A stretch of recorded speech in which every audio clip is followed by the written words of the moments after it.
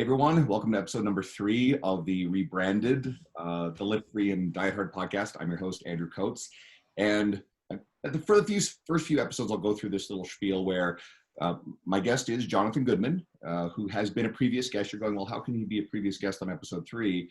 Because we have 150 episodes in the archive of the Fitness Devil podcast. And my co-host and good friend, Dean Guido, life and business is just going to be too busy for him. So he asked me to continue it on solo, and it's been a fun project. So, John, it's great to have you on. You are the architect of the Personal Trainer Development Center, Online Trainer Academy, and author of a lot of books, which I actually have a bunch of them here. We'll talk about that in a bit.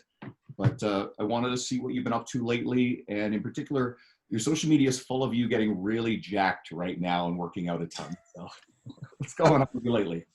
I'm actually going to be posting a video probably tomorrow because our art director is going to be in here we discovered that there's literally a button on Photoshop that's called bulk, B-U-L-K. This is what blew my mind when he showed it to me. You click the button and you put it over like a muscle and it makes that muscle expand. That somebody literally designed this and coded this into Photoshop. And I imagine it has purpose like outside of creating fake fitness photos, but like it was probably made for making fake fitness photos. So yeah, no, I've been getting jacked on Photoshop. Thanks for noticing. Well, you've been pushing the workouts pretty hard. I mean, I infer to a certain extent. I mean, obviously you're a big part of a big fitness brand, but infer that it's probably in part due to part of the message of the online trainer coaching project you guys are working on now, where trainers oftentimes they devote themselves so hard to their careers and their business that sometimes their own discipline, their own structure, their own workouts are lacking. So I was curious to see what you guys were going to do. I'll fold it into a greater question. I'll let you go where you want with it. I wanted to see where the evolution of your vision for the Personal Trainer Development Center and your future projects is kind of going, and what you're really working on right now. Sure. I mean, it's funny. Like, I'm not working out any more than I ever did. The only difference is now part of our brand, because we're actually selling fitness coaching services in addition to business coaching services, is fitness. And so I'm simply just posting photos of workouts, which I never did.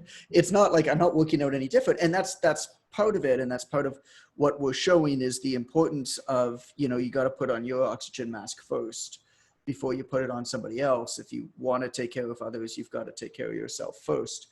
And that's always been so important to me. And I've always been so passionate by just leading by example. You don't see me preaching and preaching and preaching this stuff as much as I like to just do it and hope that people notice. And sometimes they do, sometimes they don't. And in that way, my hope is that they get more inspiration out of it. There's so much pithy, pious, just airy quotes and feel-good statements of stuff that you should do and how to live your life. And I just don't have much patience for people who expound upon how to live your life. And then when you actually get to know them, you realize that they're living their life sordidly and not in a particularly positive or particularly well-balanced way. And so I'm just constantly searching for that, to be honest. Like I'm not, I feel like I figured out some stuff. I feel like I haven't figured out a lot of stuff. It's my journey of trying to figure out how to do this thing. And it's not a maximization exercise. I don't think that you can do everything great at any one point in time, but I think that, there are 4 very important aspects, at least for me, to living well. And that's family, that's health, fitness, that's sleep, and that's business. And at any one point in time, I look at them almost like the seasons. And I try to, at any one point in time, say, okay, I'm going to put particular emphasis on one and I'm going to maintain the other ones at a pretty good level. I haven't yet figured out how to maximize all four at the same time. I figured out how to do pretty well two, kind of three pretty well at the same time. But I'll give you an example. You know, in the winters for about 2 months, we generally go away, and we're hoping to go away this year again to Mexico in the last 2 years. And this year we'll go to the same place. There's a little town called Sayulita, which we love, about 45 minutes south of Puerto Vallarta. And it's a Pueblo Magico. It's deemed a magical town by the Mexican government. It's just amazing little town. And when we go there, it's maximizing family and it's maximizing health and fitness. Business is fine, but it's actually a forced constraint that I build into my business to be separated from it for a very dedicated 2 months out of the year, because in doing that, I force myself to have a business that doesn't depend on me, right? And 2 months is a long time. I mean, what I recommend to people is like, start with a week. Like pick a week 2 months from now where you are not available, right? You will have to prepare for those 2 weeks and improve your business in a way. You know, a lot of people who think that they run businesses basically are just self-employed. Like a business is something that operates without you. A business is something that kicks off profits to you in addition to your salary that you gain from it. So you will be forced to really like build a business that works without you. And also when you go for that week away and you get back, you'll realize that a whole bunch of stuff didn't go so well. And those are your blind spots. And now you'll start to fix them, right? Quick thought that sort of throws in there. Martin Rooney once said that if you, how do you put it? If you just are the only person working in your business, you don't own a business, you own a job.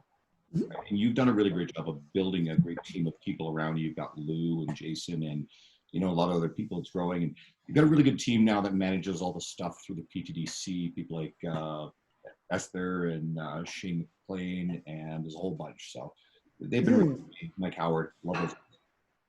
Yeah, and I mean they help. They're not even on staff. They actually do.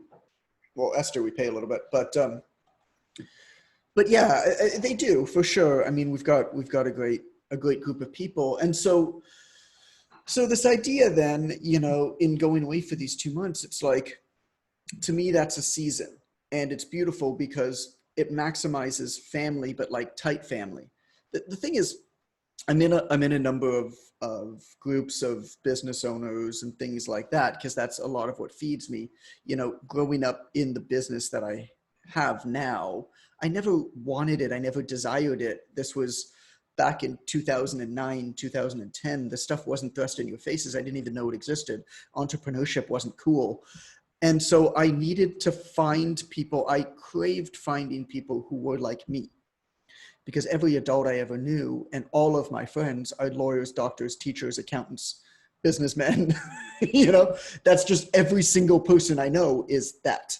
And so anyway, so I joined a bunch of these groups, and it's at the point now where, like, in non-COVID times and non-quarantine times, I could be social 3, 4, 5 times a week. And the problem is, if you say no to too many of these things, you stop getting invited. But if you're out of town, you have an excuse. And so it's kind of that forced, like, there's no family other than my immediate family, right? There's no birthday parties. There's no bars you got to go to. There's no sports games to watch. There's none of that, right? All it is Allison. Allison's mom usually comes with us. My wife's mother usually comes with us. We have some family and friends who will come up for like a couple days or a week at a time. And then my son, like, that's it, right? So like, that's a season of like that intense time. And I love it, but I wouldn't want that 24/7, 365 days a year. And so maximize it during that time, right? And to be able to kind of create that sort of balance, I think is pretty neat.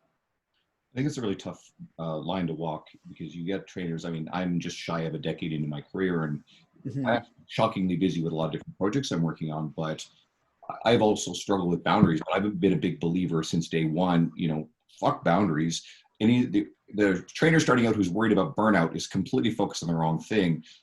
Focus on not starving right out the gate. And you got to work hard. You've got to work some long hours, and you've got to take whatever you can. As time goes on, you have to then develop this threshold of, here's where now I set boundaries, and here's where I can build in more family time and these other sort of priorities. And I don't think a lot of people know how to leave the boundaries behind early and then how to set them later on in their careers. Yeah. You obviously have done well, I have, but I also had just about the most fortunate situation you ever could. You know, I'm from a reasonably affluent family in the best country in the world, Canada. And I was able to graduate. I mean, I worked all through university, but I was able to graduate university debt free. I mean, it's just a totally different beast, right? And so I for sure, I was able to start my career of personal training and say yes to everything and hustle and work those 12, 13, 14-hour days. But a lot of people entering into the industry simply can't. I mean, there's other, maybe people already have a family. Maybe people, this is a second career and they're switching into it. Maybe this is something that they were always passionate about. You know, if you're listening, maybe this is something that you were always passionate about and you're in another career, or you're in the fitness industry in some capacity and you want to jump in full time, but you're kind of scared to because you're worried of what it might take to be successful in it. And you know that you can't do that for whatever good reason you have. And so I agree with you that you got to work your butt off, but I do also believe that there are ways certainly to work smarter, not harder. And I think the biggest element, and this is why we focus so much of my business on this, is business development, marketing development. I mean, the bar is set so low by your competition at just how god awful so many trainers are at marketing and business that you could be not even good and still be probably in the top 20% in the fitness industry. Because and the reason is this, and this is like a good problem to have, but it's a very frustrating problem as an educator in this industry, is the fitness industry is full of unquestionably the most passionate, selfless people in any industry. I truly believe that. And they're so passionate. They love health and fitness so much that all they want to do is health and fitness.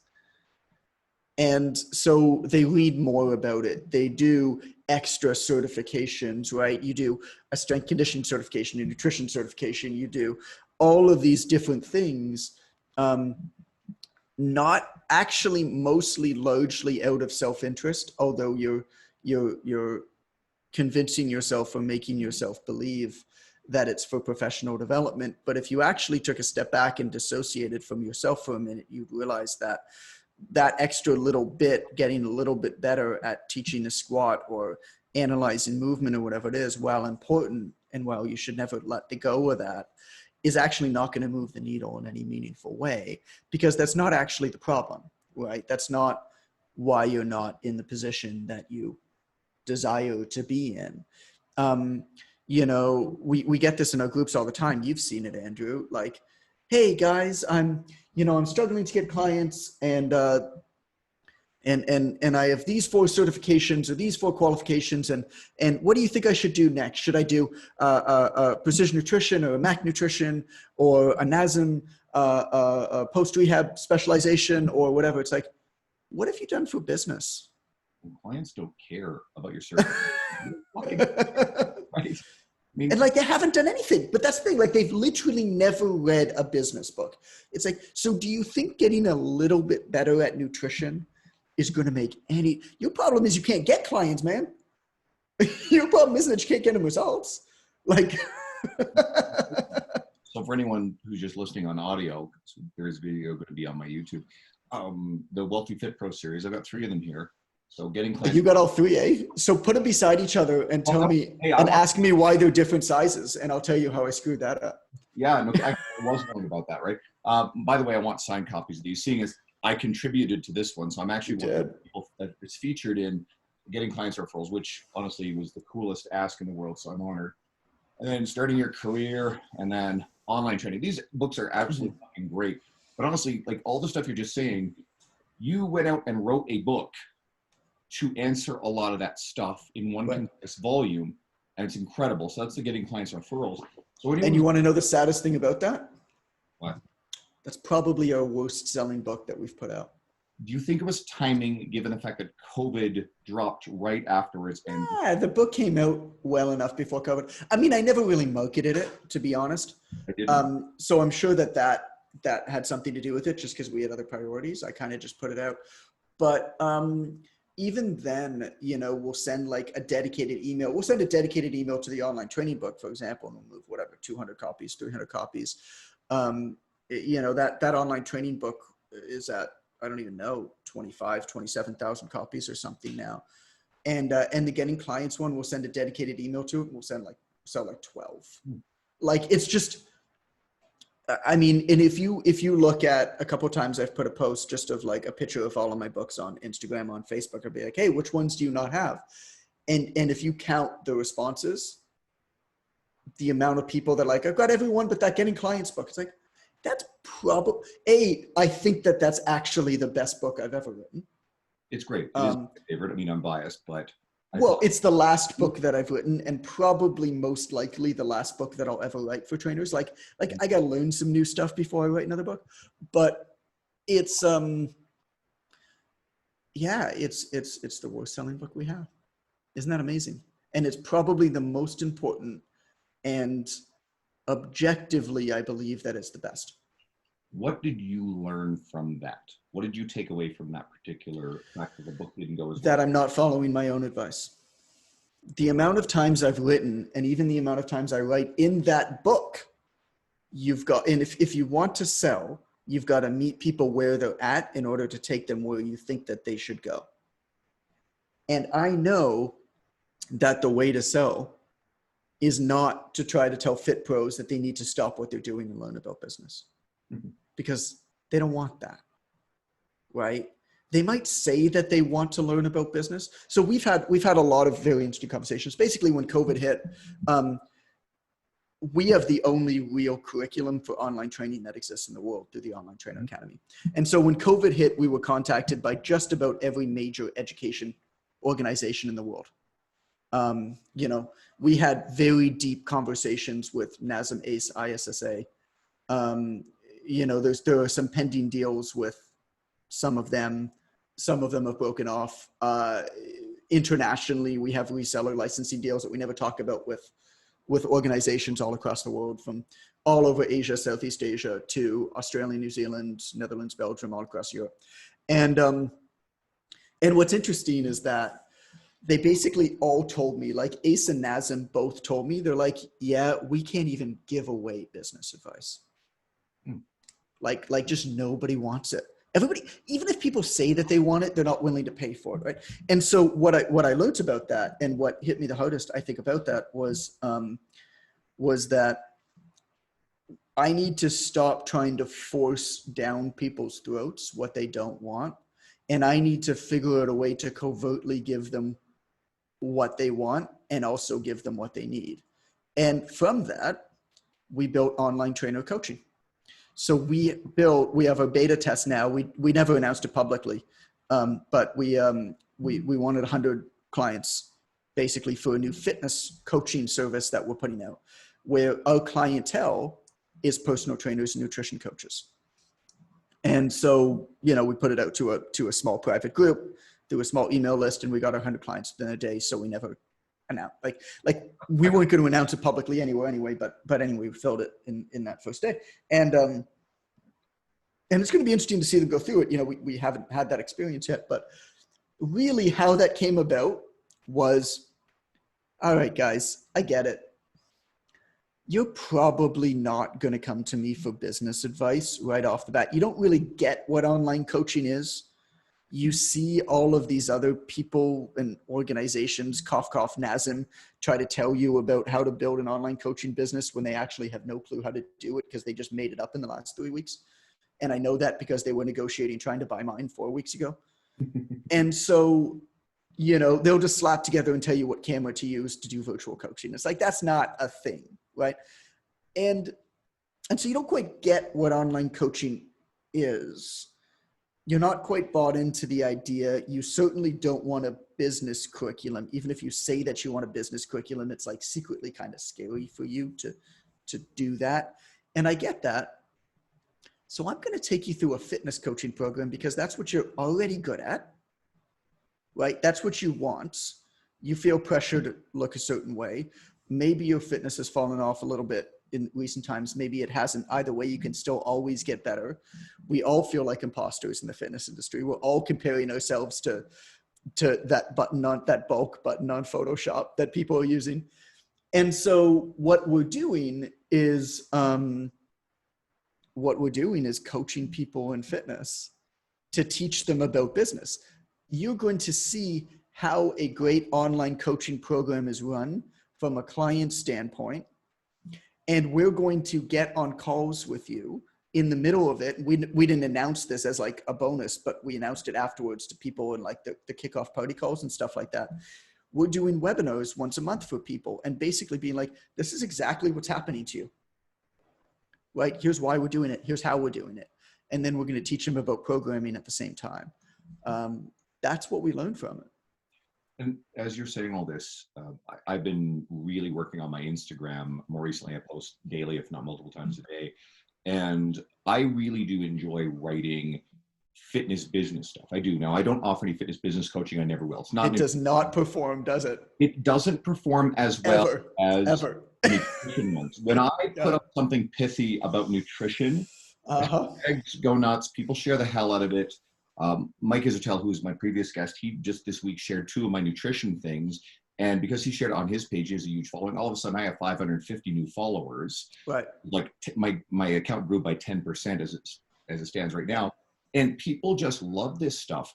And so while I do enjoy it and I will still sprinkle some of it in, what you say is actually accurate. I think one of the things, and this may be true of you. I can show you my stats on my Instagram. It's unbelievable.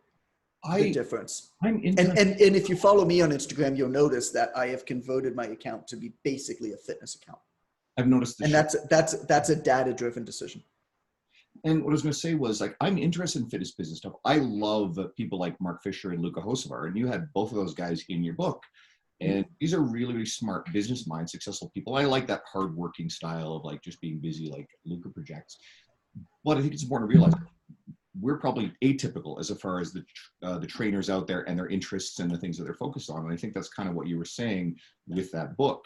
So it's important for me to remember that, well, when I'm writing about fitness business stuff on my Instagram account, well, that's not my audience and that's not my clientele. And I tell other trainers, don't write for your intended audience. And I'm breaking my own rule. But it's a little bit of fun that I have. But you're right. I notice that they don't perform as well.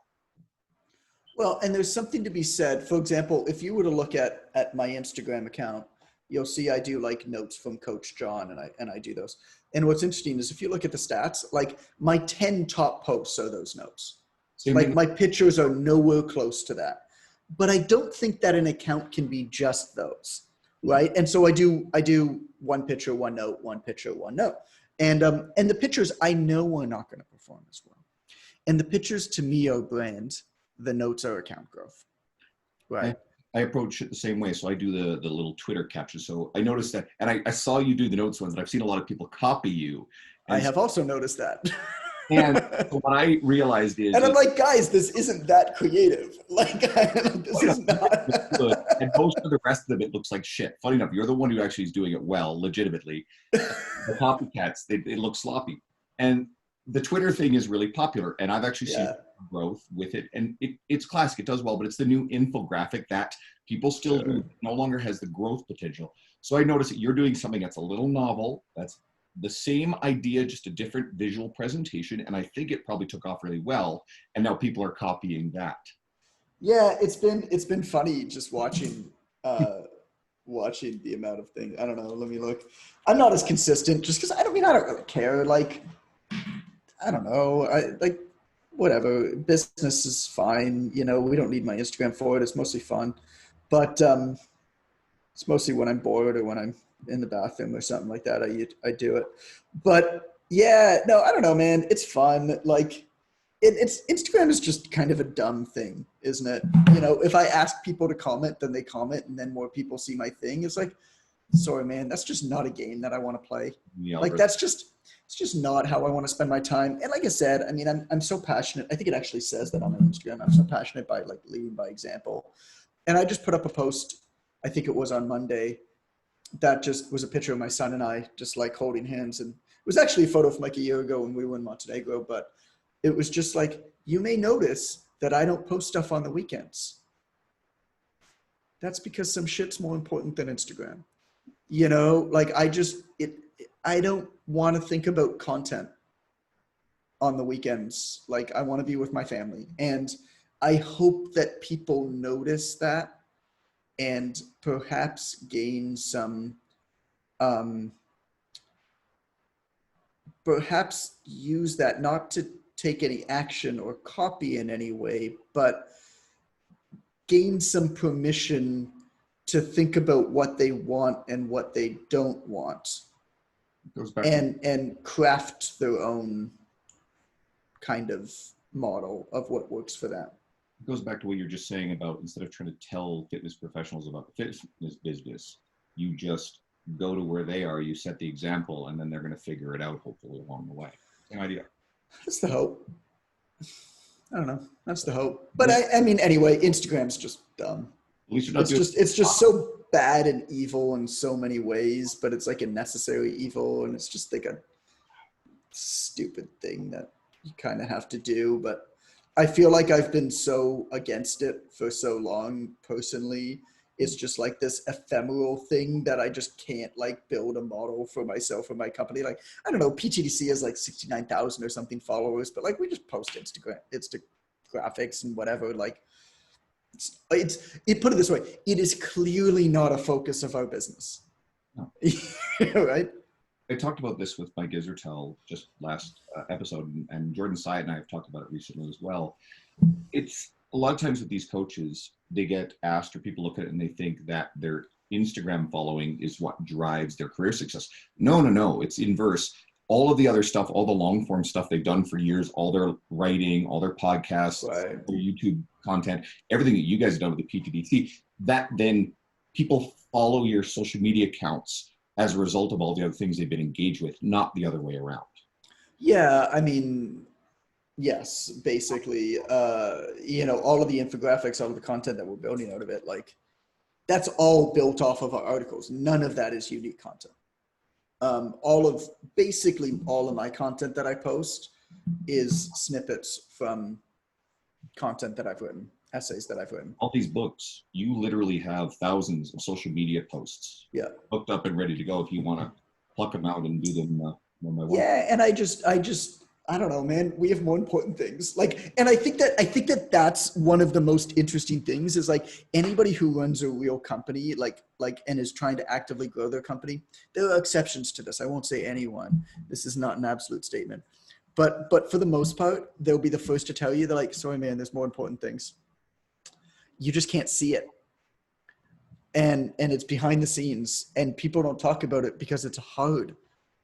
And it's the stuff that just goes on. I mean, the amount of time that we've spent on customer insights research in the last 5 months, the amount of money and time that we've spent, you will never see us talk about it, but you're going to feel it through our communications, right? And that's why companies stand out. You don't see that stuff. That stuff isn't spoken about on social media. That stuff has nothing to do with that. It's just like little word changes in, you know, how you communicate. It instructs your marketing, it instructs your sales copy, it instructs your product development, it instructs your new product development, it instructs your product iteration. Like, how do you think actual good products come to be? I mean, it's hard, man. It is hard, and it takes a lot of time and a lot of money, and none of it has to do with social media. I think I'll take one thing and I'll say it about your guys' social media, and I'll encourage anyone who's listening to this to follow both your personal and the people. As I'm talking about how much I don't care about it and how little we put into it. Absolutely follow us, guys. You will not regret it. If you're putting that much, you know, knowledge, you're investing that much in understanding this stuff, then they can learn all the other stuff we've been talking about. They can learn by example, and they can just absorb a better way to do it versus paying some person who's in your Instagram DMs $500 a month to, teach you how to do social media or run your, Right. God forbid, and do all the classic bullshit that's involved with Do that. people do that? Totally. I mean, I have Fit Pro friends that you know really well. I was talking with one of them yesterday. I won't name him, but he said he once paid a guy to do his social media, his Instagram, and I think he just did a lot of that follow crap. Yeah. Very respected person in our world, right? Right. Right. They know better than that. Man.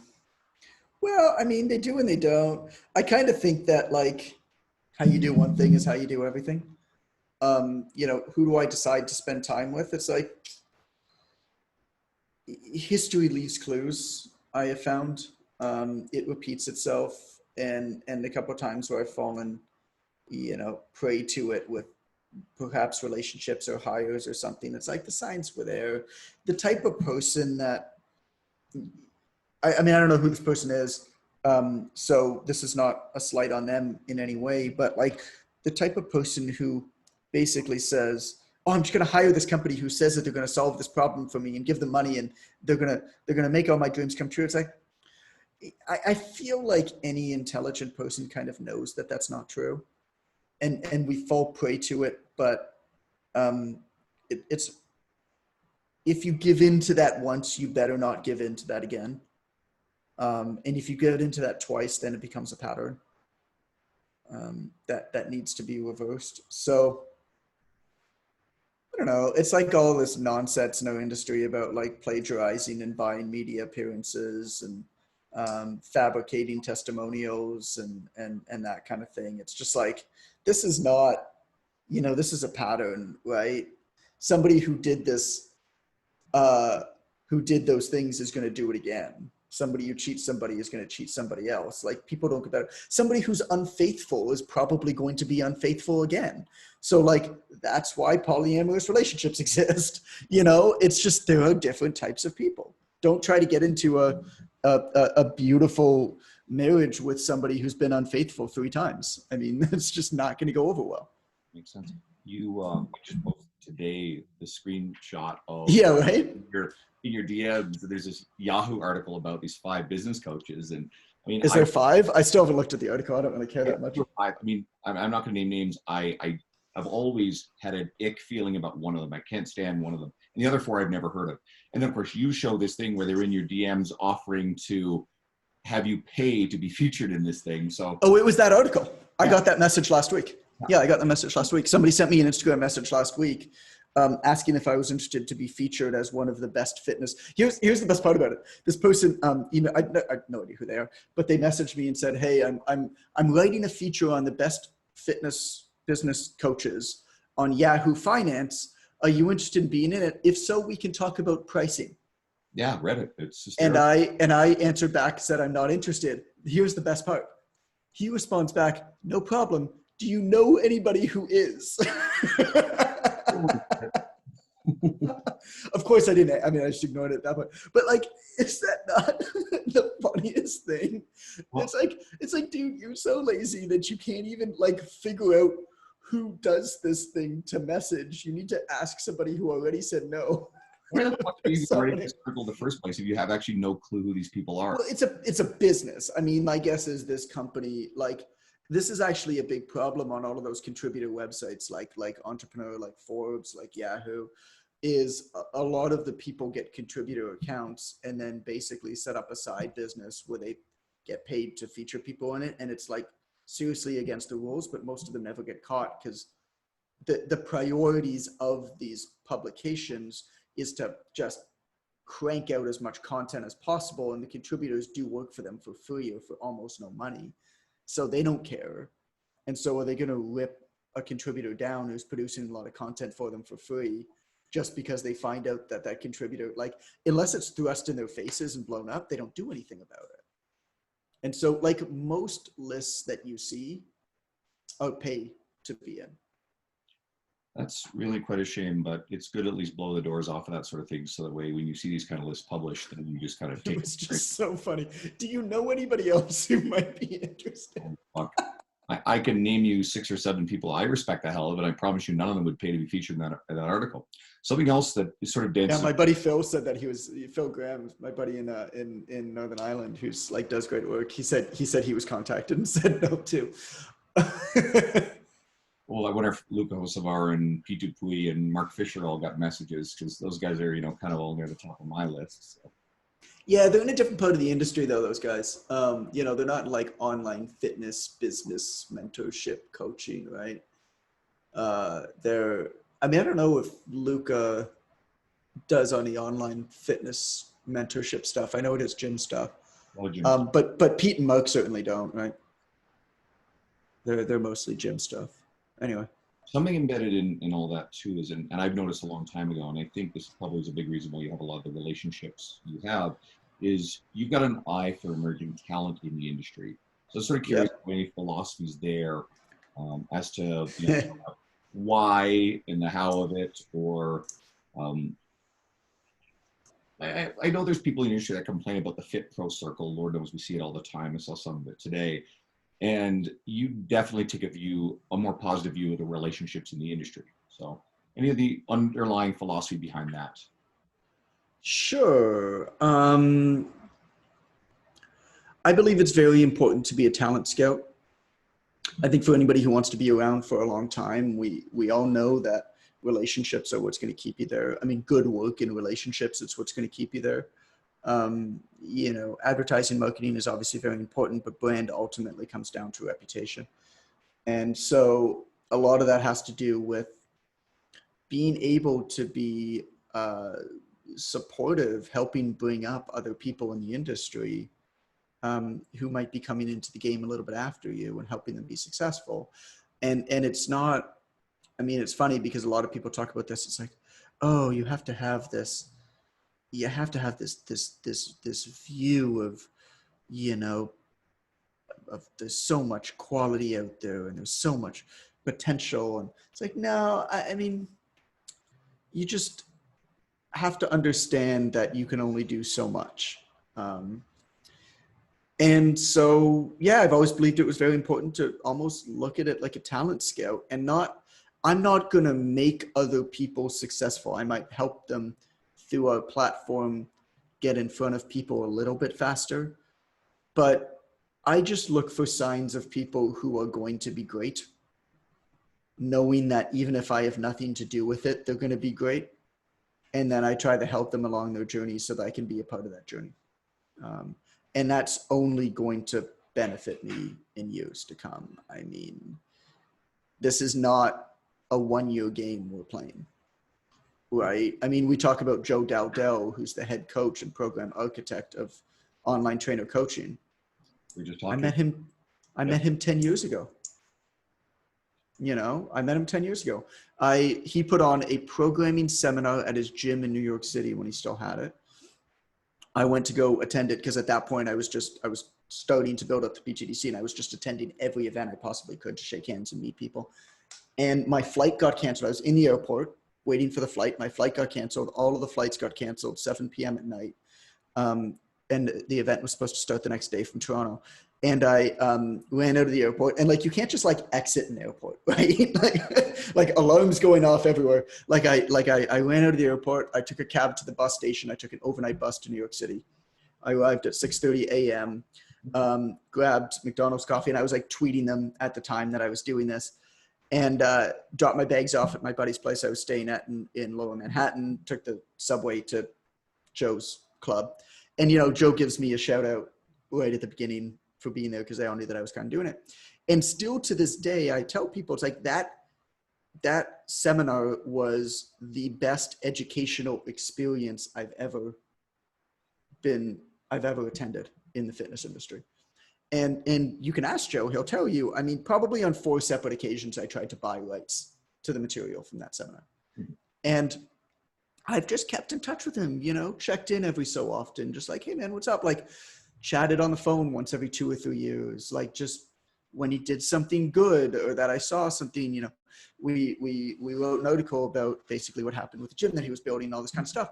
And then, 10 years later, there was an opportunity to work together in a way that's really special. That's the kind of shit you don't see on social media. 10 years is why we're able to build this program and why it's as special as it is. You can't fabricate that, right? Like that's just time. That's stuff you don't see. I had a brief chat with him yesterday. I'd asked him just for a couple of details because I wrote an article recently for True Coach, and this is where I like to put the career stuff. And so I mentioned a bunch of people, and there was a specific note about him as an example of something. And we chatted a little bit, and he did tell me a little bit about the things that you guys are kind of planning to grow with the OTC. And I plan to have him as a future guest as well. So he seems like a really cool guy, and he seems like a great guy to have in as part of your team. Give yourself 2 hours. I'll Maybe get three. If someone's Maybe 3. talk for 2 hours, I'll totally do it. So I know you're getting real short on time here. I definitely want to shout out a few things, and I can do some stuff after you have to go if you have to drop out. But I know you've been really pushing the Online Trainer podcast. So you and Carolina and Ren, that's been a bit of fun. And Amber's making more and more of an appearance on it. Jumping in now too, right? Yeah, that's super fun. Yeah, if you go to onlinetrainer.com/podcast, it's called the Online Trainer Show if you're actually searching it wherever you listen to podcasts.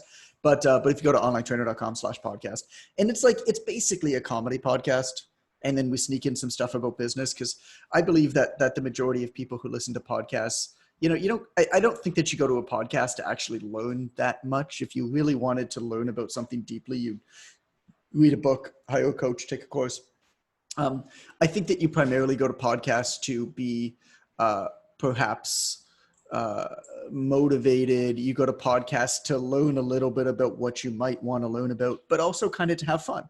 So we created a podcast where we don't stress ourselves too much on like teaching you the hard stuff, but we give you enough to help you figure out how to think about online training. And then we try to make you laugh a bit. It's lighthearted and conversational. Like I gravitate to podcasts that you feel like you're connected to the people, the hosts. One of my favorites is Insight and Mike Vacanti's show. I love that. And they'll bullshit for 15 minutes about their personal stuff, and then they kind of get to whatever they're getting to. I tend to be a little bit more direct to the point on this one, but almost all the guests I have some sort of ongoing long-term relationship. It's just you though, right? Yeah, but it's just you. It's completely different. Like you need to build. When I was building the podcast, and I got to go in like 1 minute, but when I was building the podcast with these guys, we were thinking about how we wanted to do it. I picked these people because I wanted those characters for the podcast. I basically took a step back and said, what do I want? And then we actually spoke about what our characters were going to be beforehand. And now it's starting to evolve, and it's evolving into something that we never could have quite planned, but it's characters, right? And it's funny because, Ren's a coach for the Online Trainer Academy with us. And one of the people that he mentors basically laughed one day after he listened to a podcast. He's like, wow, I never knew that John Goodman had a personality. It's like, I guess it's good we're doing a podcast. Ren is really fun. Yeah, he's a good host. Yeah, he's funny. I appreciate you coming on. I'll give the audience a bunch of details when you drop out. Cool, man. This one next Tuesday. And the last thing I was going to say is, real shame that we didn't get to pull off our symposium, mine and Dean Somerset's event. I know. Future speaker, but we'll obviously, wait a little bit before we talk about 2021. But my hope is that I can have virtually the same lineup in 2021. I just have, again, it's going to depend on every schedule and timing. But I'm also wanting to add Krista Scott Dixon to the mix on that one. And I'm hoping. Yeah, she's pretty rad. She is pretty rad. And I'm hoping we still get Christian Thibodeau and Lee Boyce and Jordan Syatt and Brian Cron, and we'll find a few others. Cool. My fee is tripled since then, so I'm glad you still want to have me. All right, buddy. All right, no more talking. Yeah, let's end it on that. Have a great one. Continue on when Thanks, you go. Bye-bye. Bye. All right, John had to drop out, guys, so it's just me. Thanks for staying tuned in. And it's really weird just talking by myself without actually a guest on here. So a few things. One is go follow the stuff that John is doing, his personal account. You can search Jonathan Goodman and you'll find him. And the Personal Trainer Development Center. Again, I'm a big fan of that. We talked about the Online Trainer Show, his podcast. You can check that out if you're interested. And seeing as we're here, if you're not subscribing to my social media, I'm mostly focused on Instagram, so at Andrew Coates Fitness. Love it if you reach out to me, send me a message, especially if you're a dedicated listener. I definitely want to hear your thoughts because you guys are the ones I want to talk to and find out what you like. And I love the idea of, if you're just finding us for the first time, give us a subscribe, take a look through the library of stuff that I've done recently in the solo podcast, or you can go back in the archive because again, there's 150 great episodes buried in there. And John was a guest fairly early on in the game before.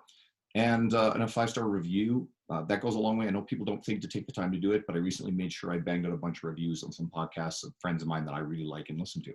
So thanks again for tuning in, and I hope you guys all have a fantastic day.